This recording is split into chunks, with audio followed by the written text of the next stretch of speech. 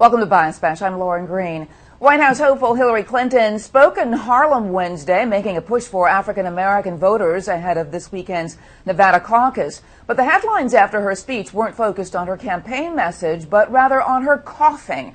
The media reporting on a coughing fit Clinton had during the speech and how Clinton took several moments afterwards to regain her voice. So is this coverage unfair, or is a candidate's health fair game? Here to weigh in is Justin Duckham, senior Washington correspondent for Talk Media News. Welcome, Justin. Great to be here. So the coughing not a big deal or a big deal? I don't think it's a big deal, and I think it's really ridiculous that so many people in the mainstream media have really been running with this line of argument. This really highlights a huge double standard that's going on right now between Hillary Clinton and other people in the field. Bernie Sanders, according to MSNBC, is apparently suffering from a persistent cough. He also went under the knife for a hernia surgery not very long ago, and he also probably suffers from gout. But going down with this logic, you can really take this to some pretty interesting extremes. Marco Rubio, of course, has a penchant for water that's very well documented. Are we going to be able to take that and then suggest that maybe he has a scratchy throat, or that maybe he's diabetic or something like that? Donald Trump also isn't having his health questioned, even though he is 1 year older than Hillary Clinton and is poised to become the the oldest president, on Inauguration Day, if he actually seals the deal here. So I don't think there's really much merit in these questions that are being asked right now.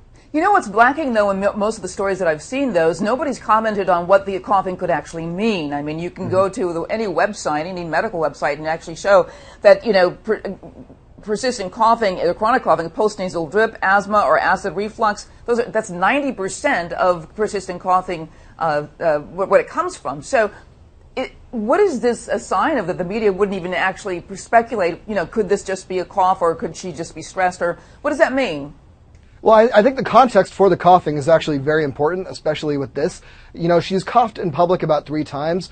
2 of those have taken place on the campaign trail, and by definition, you are going to be speaking a lot. And the other one, which wasn't really mentioned in the Guardian article, was that she was speaking before the Benghazi panel during one of these instances when she was caught coughing. But it's not really mentioned as much that this was after 10 hours of testimony. She had her coughing fit before the Benghazi panel after about 8 o'clock in that hour, which was very late, a full day of testimony, and, God forbid that she may need a throat lozenge. But it is important, though, if there are health concerns for candidates. I mean, isn't that legitimate?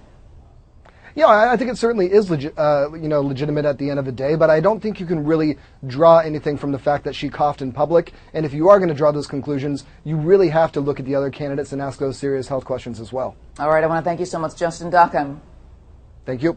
If you want to hear more media analysis on this week's top headlines, catch Media Buzz with Howard Kurtz, Sundays at 11 a.m. Eastern and again at 5 p.m. Eastern on the Fox News Channel. I'm Lauren Green, and thanks for watching.